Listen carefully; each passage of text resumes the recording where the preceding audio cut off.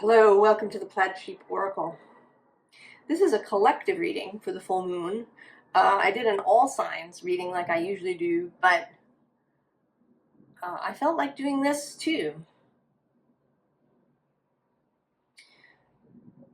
For the collective as a whole. So what I've done is there's a message from the moon, a message from the sun, and then a message that is the two together. I also pulled a card for Venus, and it's the one card that I have not looked at. So we are going to see that together when I come to the end of the reading. She is powerfully connected to this full moon. I mean, always, all of these, any moon, right, is connected up to all the other things that are happening in the sky. You can't really take an aspect out. I mean, we do it in order to be able to talk about it, but it is, right, it's all part of the whole.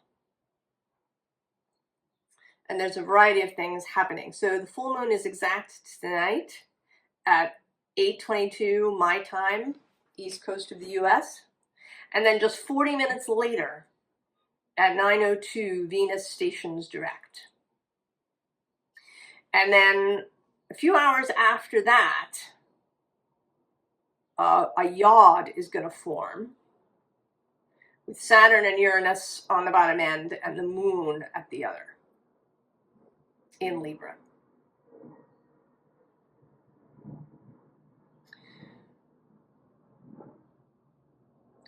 This aspect of harmony, of love, of tending relationships is really strong in this moon. So the card that was pulled for the moon, from the moon, Queen of the Moon Oracle, self-love.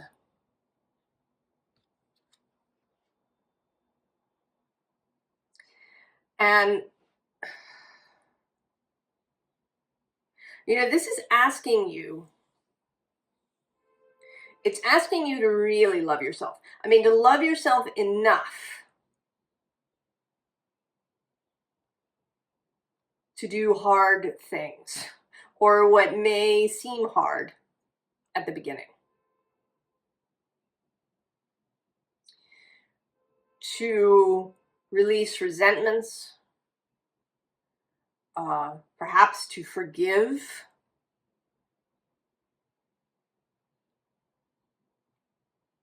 I don't think that forgiveness can be forced, but we can move towards it.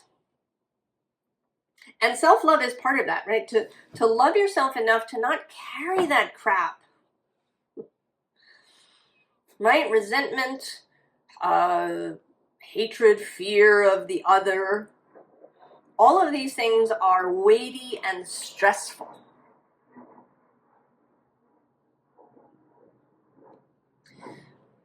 When Abraham, if you watch Abraham Hicks, they talk about this, saying to care more about how you feel than anything else. Knowing that how you feel is the ultimate guide. Do you feel good? Do you feel expansive? Do you feel at ease?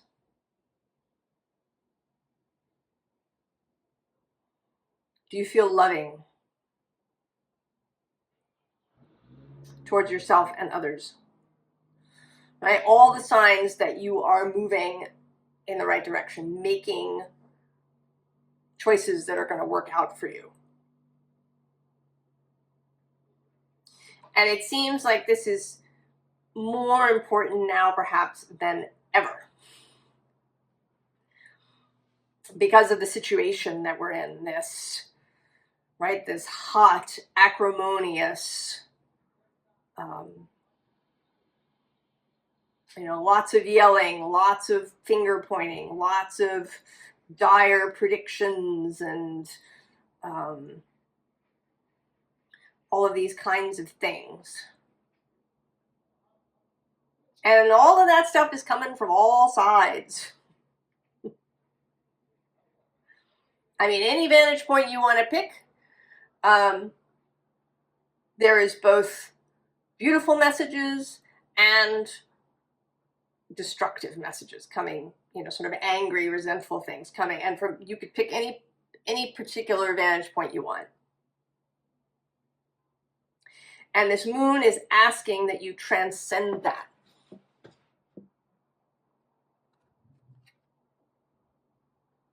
That you love yourself enough to let love be your guide.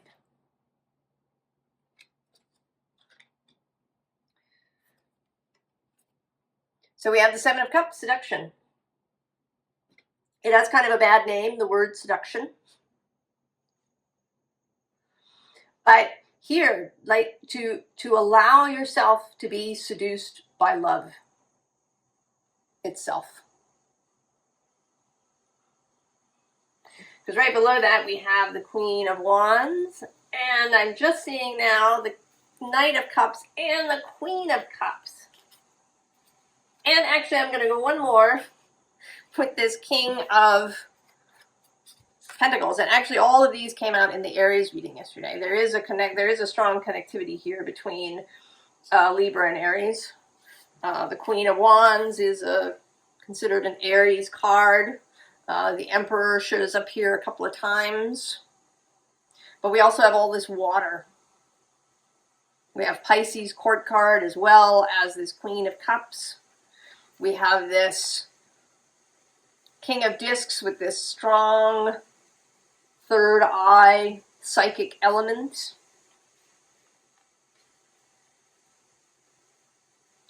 All right, there's all this energy of water and empathy and romance and love and nature, connection to source and spirit.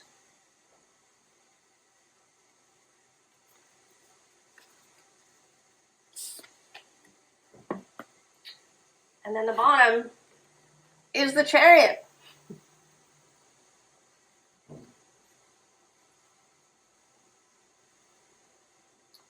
Movement forward, movement into another space. Right, growing wings. Becoming Pegasus. And that's interesting. That's a little synchronicity for me. I did this reading this morning for myself, and one of the cards that came out was Medusa. And Medusa becomes Pegasus in the myth.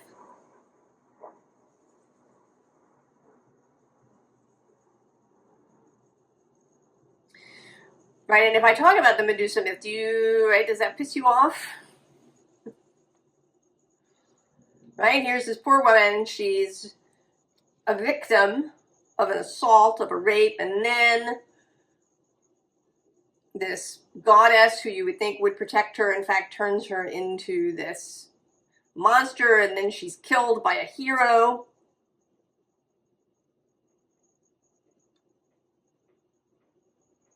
And then she becomes Pegasus.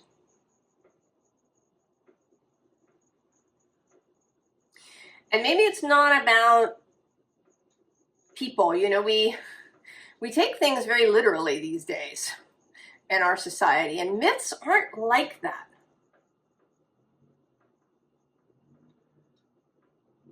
Right? Not Medusa as a real flesh and blood woman, but Medusa maybe as an idea. As a perspective, a point of view, as a reaction to something.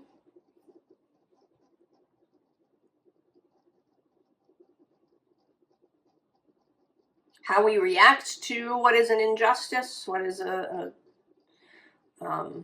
a wrong done us, and that it's possible to come through that and out the other side.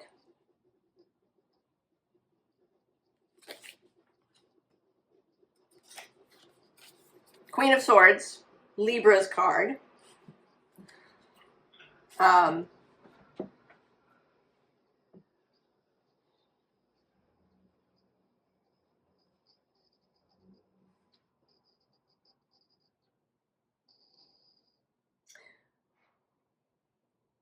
Discernment, right? Discernment in what we say.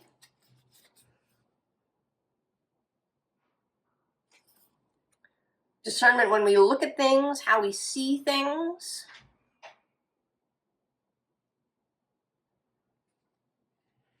What we see, do we only see one side of the thing? Can we see past what it is? Can we see a future beyond? Can we see a positive outcome for something that might be challenging in the moment or seem chaotic in the moment? Patience, right? The process, the building process.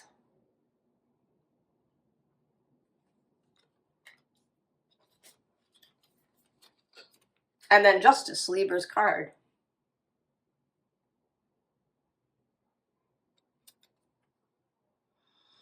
And here with the heart front and center. And both of the bee decks that I have came out for this, and bees do have an association with Venus, and honey with Venus. And also how beehives, I mean, not all bees live in hives. Some bees are independent. In fact, I think more species of bee are independent than live in hives. But bees that do live together, right, the ability to work together, to come together for a common goal,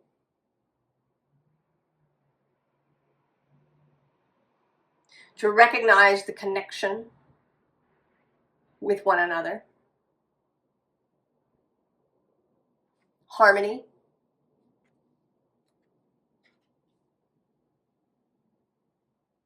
natural justice, that is to say, natural alignment with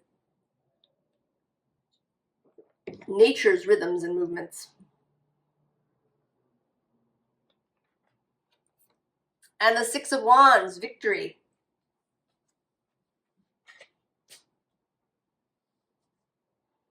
The possibility that a win-win can happen.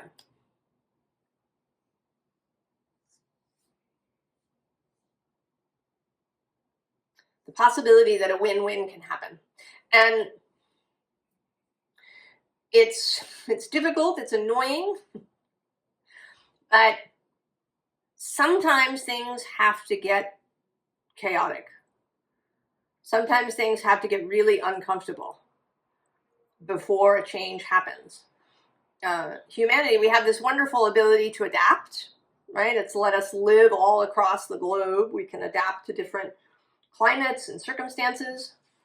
But it also means that we can adapt to really difficult or unhealthy things.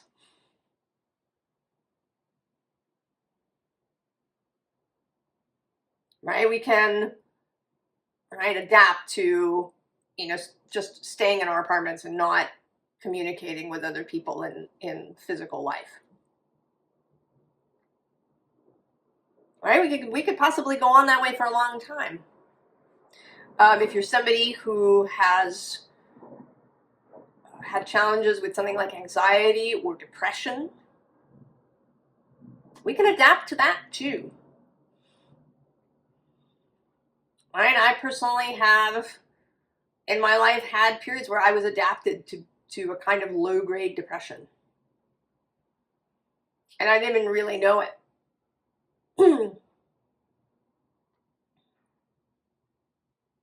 So that adaptability can be a weakness as well as a strength.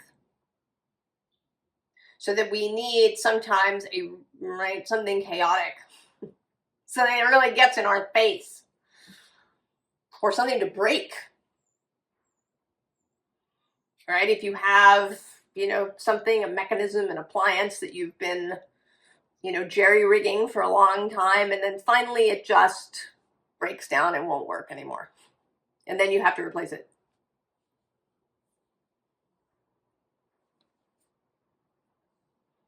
And that a win-win is possible.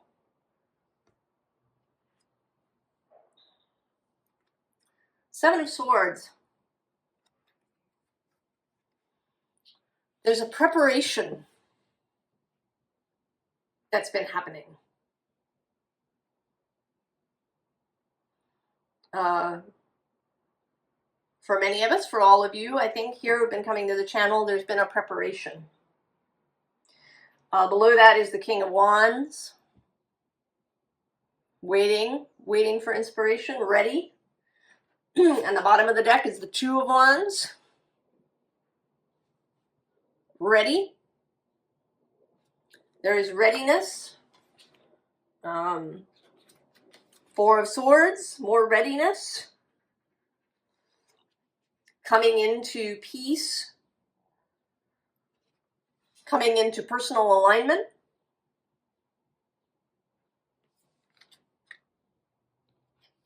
Right? Because the Seven of Wands, it's the third seven. Cups, Swords, and Wands. Oh, actually all four. We've had all four sevens. Cups, Pentacles, Swords, and Wands. So sevens, which are also, like all the odd numbers, sevens are a change of some kind. Right? The even numbers are a kind of stability.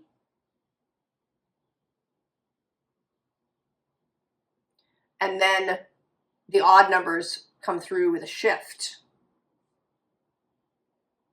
Seven is also a lucky seven.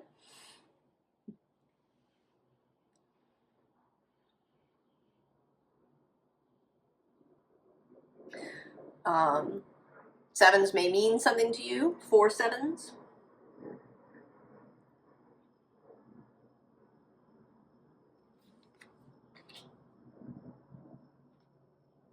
And this, right, this continued message of the storm is coming.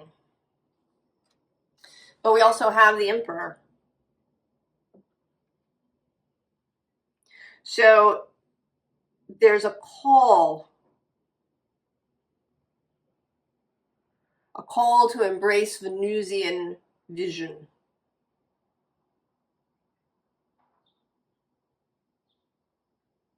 To move from this place. Sometimes people talk about societies being matriarchal.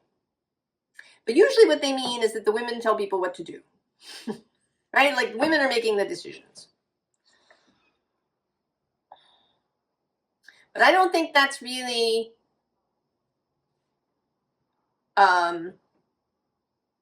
how a matriarchy would really operate.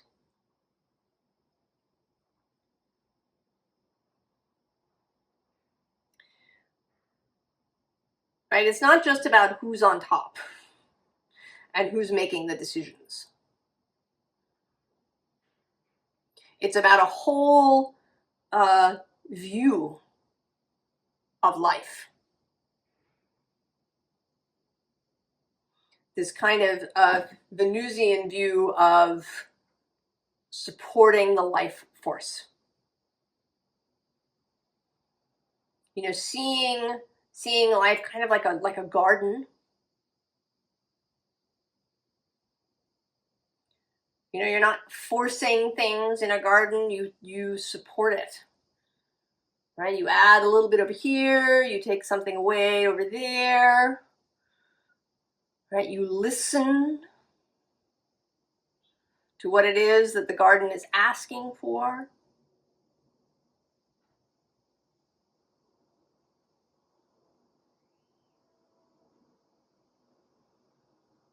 So operating from this Venus perspective. but with this kind of emperor taking responsibility for yourself, for your piece of it.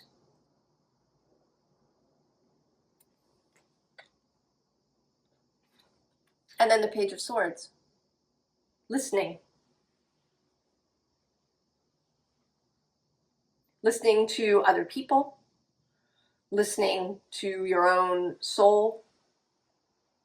To your connection to source.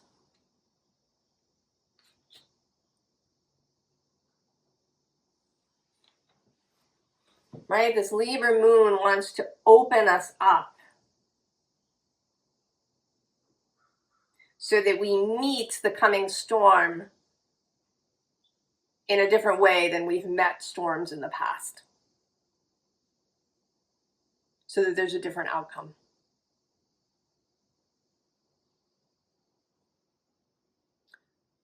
Now the sun. Ideas.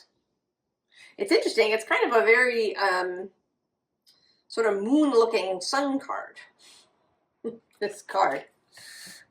A lot of the cards in this deck are very, they're sort of golden and bright. So, right? Ideas, inspiration that might be coming. And the sun is conjunct Chiron. He has been for a little while. Chiron in the heart of the sun, Chiron Kazimi. And Chiron isn't, he is the healer, but he's also a teacher. He's an innovator. He's a problem solver and a thinker and a philosopher. He had a stage as a warrior.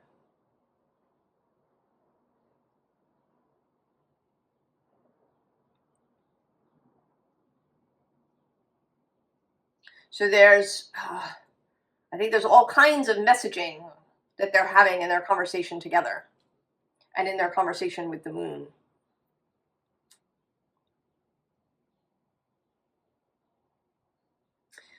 I wasn't going to mention this, but because it's kind of a little obscure and esoteric, but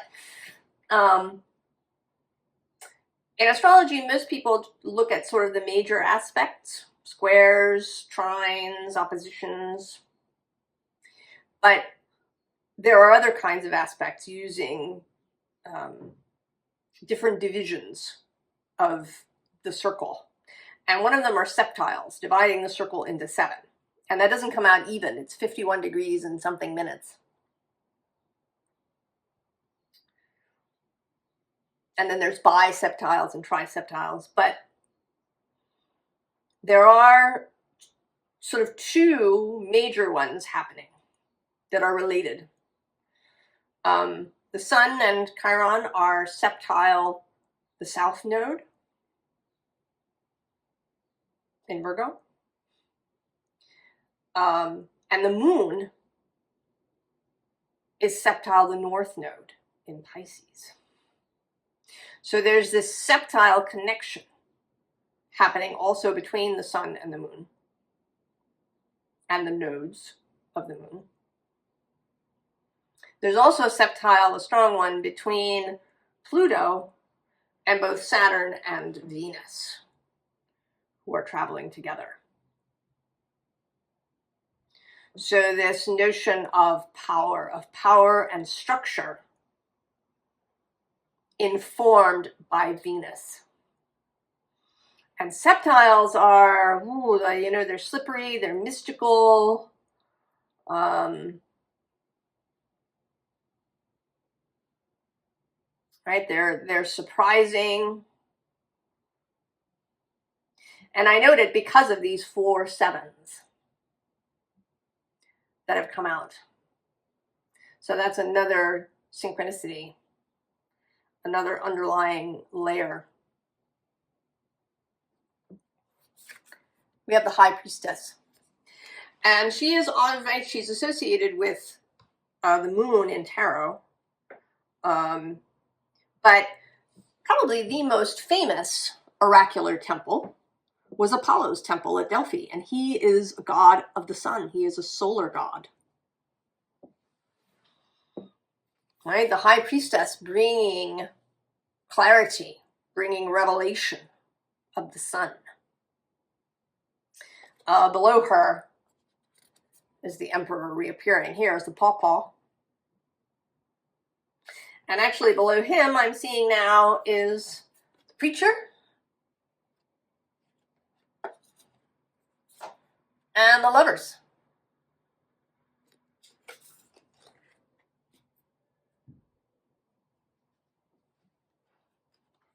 The bottom of the deck is the Three of Blues.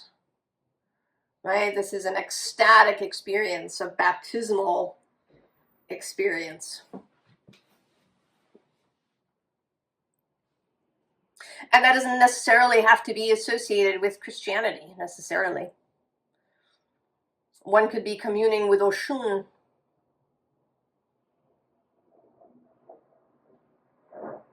or with, the spirits of the river, or water itself, or, with friends, or with ecstasy, ecstatic experience. This sun shining.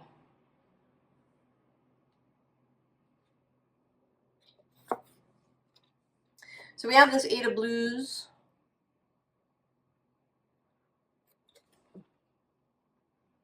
The walk away, the moving on. And not, right, there's these little plants growing here. So it's not an angry walk away. Right? The work, wherever you were, is finished. And now you're heading towards what is next.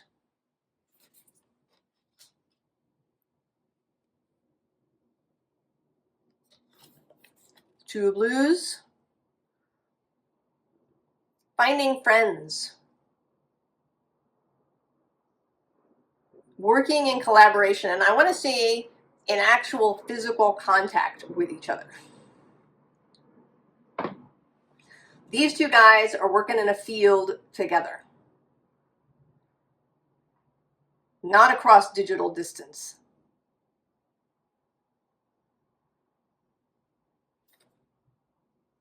The people that we know, maybe who live far away from us, or who maybe we've only known in the digital sphere.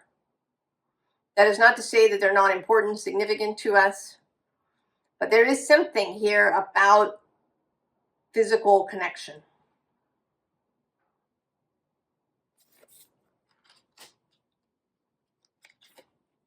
And then the upside down, seeing. And this, I think, is related to this idea of ideas, of innovation, of the revelation of the high priestess. There's something too, right? The pawpaw has a, he looks sort of very gentle, right? The gentle grandfather kind of arrangement. But I think that there is a deep, subtle power that underlies him.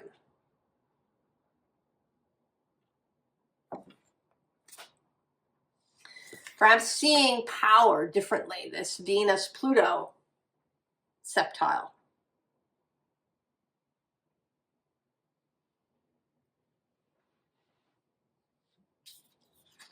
And then the star.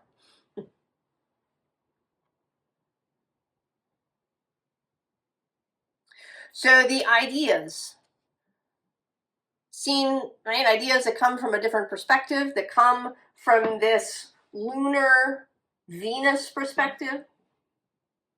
This idea of the win-win. Ideas that maybe see power in a different way. Ideas that are about people working together in the physical world.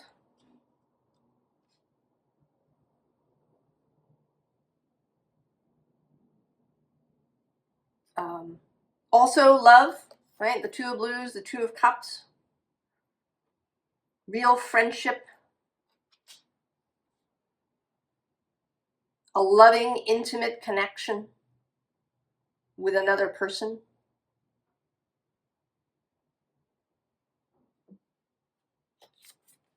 The observer.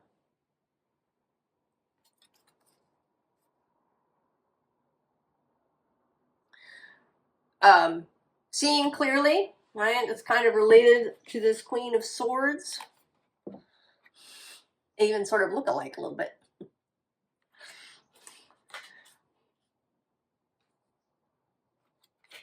And the bottom is tranquility. And this feels associated with this Four of Swords.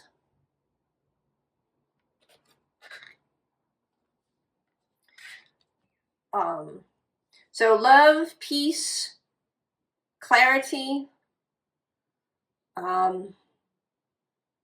listening to the other as a place to come from, as the place where ideas can be generated. And really observing. Taking the time to really pay attention.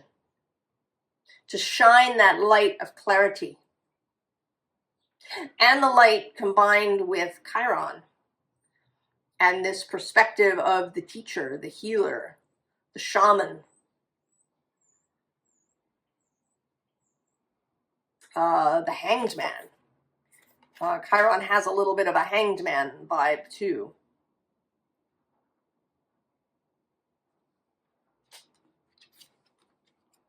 Abundance. Passion. And the worker. Right? The workers in the hive, they're the bulk of the hive. They're the ones who go out and gather pollen and nectar and bring it back. They do the tending of the hive. The working together. A willingness to collaborate with others. Here I'm feeling this connection.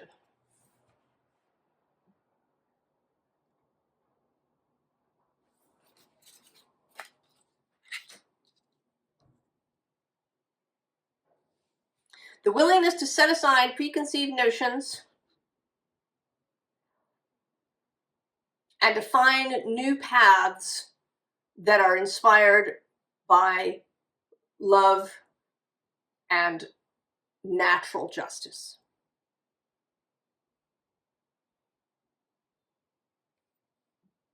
And so the two together, we have justice repeating with strength right below.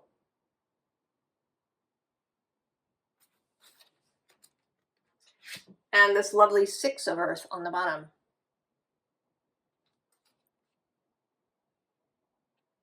And this is this natural justice, the ebb and flow of the natural world, of the cosmos.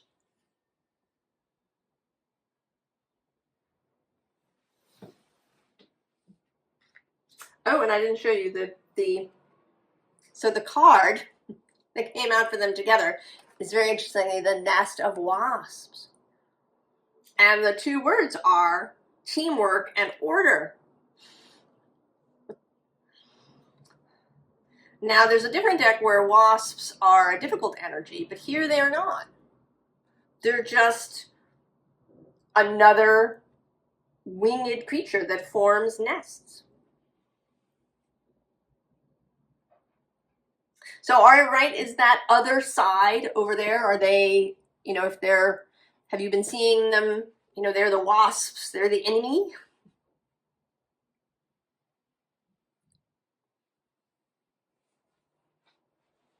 Or, is that their team? Can you see them differently?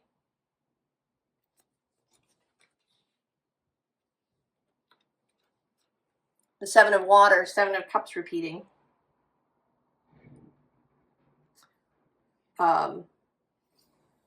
Right? Choices, variety, diversity.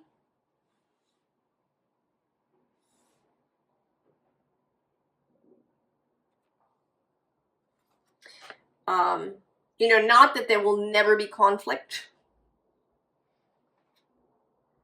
Not that there won't be difficult conversations. Not that there won't be places where you say stop.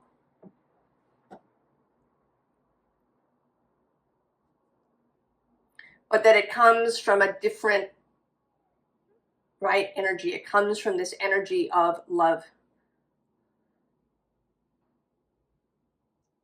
of ease, of clarity,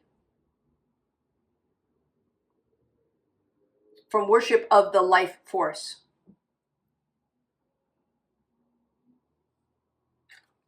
Messenger of Water, Knight of Cups. And also the King of Water. Right, and both of these have this sense of, right, of connection, of listening.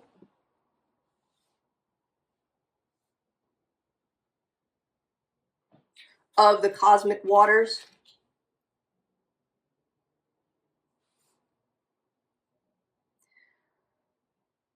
We don't have to come up with all of the answers immediately or alone.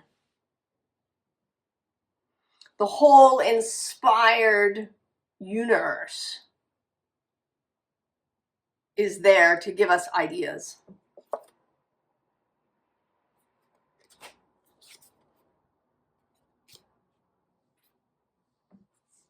We don't have to have all the answers individually.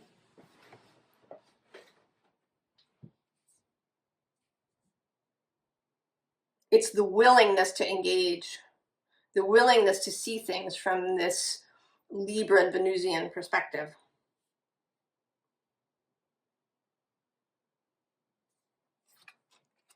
Right? The Hierophant, Venus. Both as this justice alignment and this Hierophant joining heaven and earth.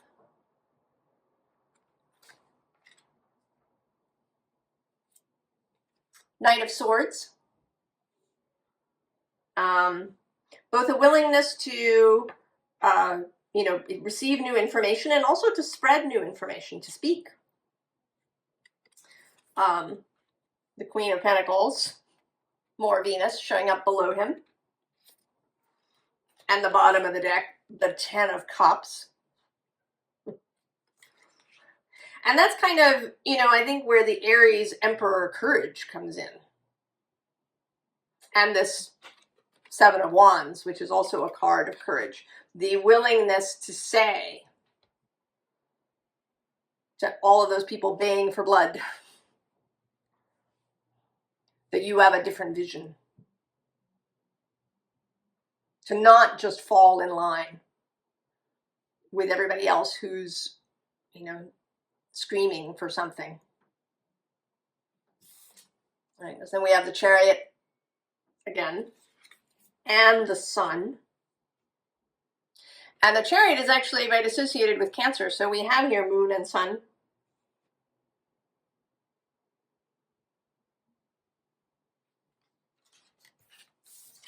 The win-win. And Justice for the third time.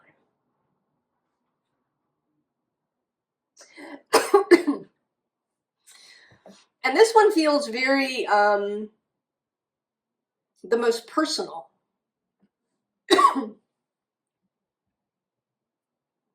Of these, right? This one has nobody in it, right? There's no person here. I mean, there's the heart, but there's no individual. This has sort of a goddess figure. But she feels very like us. She's just a person making choices on a daily basis that come out of this energy.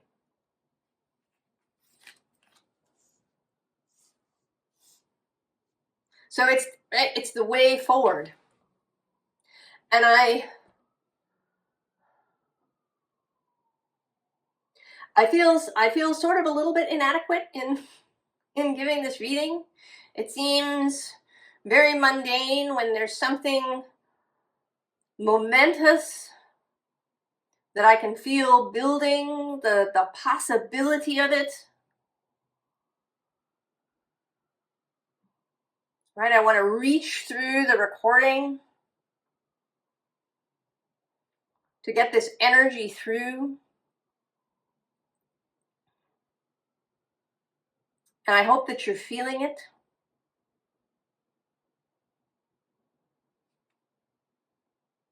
So we're going to look at this Venus message together.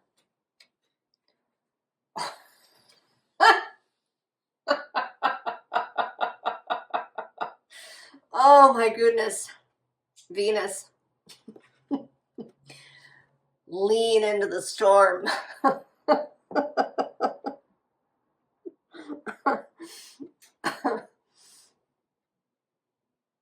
I am going to show you the card that was at the bottom of the deck when I finished shuffling and pulled that card, which is Grow Your Wishes. And the underside is Fly with the Dreamer. Oh, my dears, lean into the storm.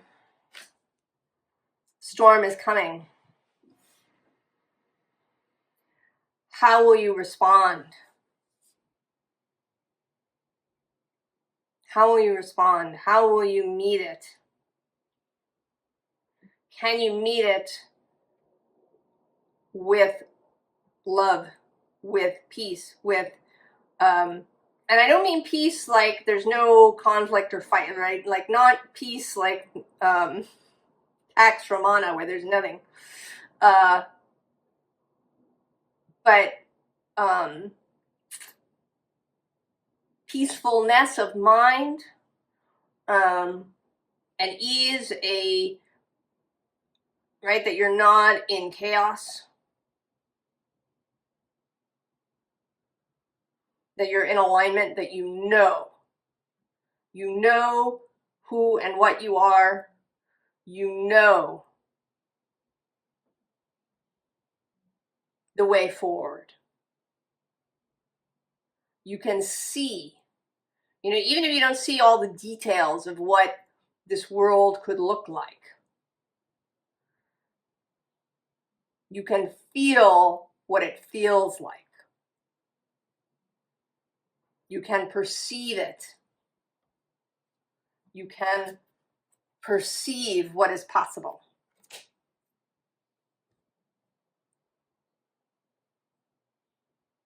I hope that this is inspiring, hopeful, that you feel energized, encouraged. I wish you all the very, very best, and I will see you next time.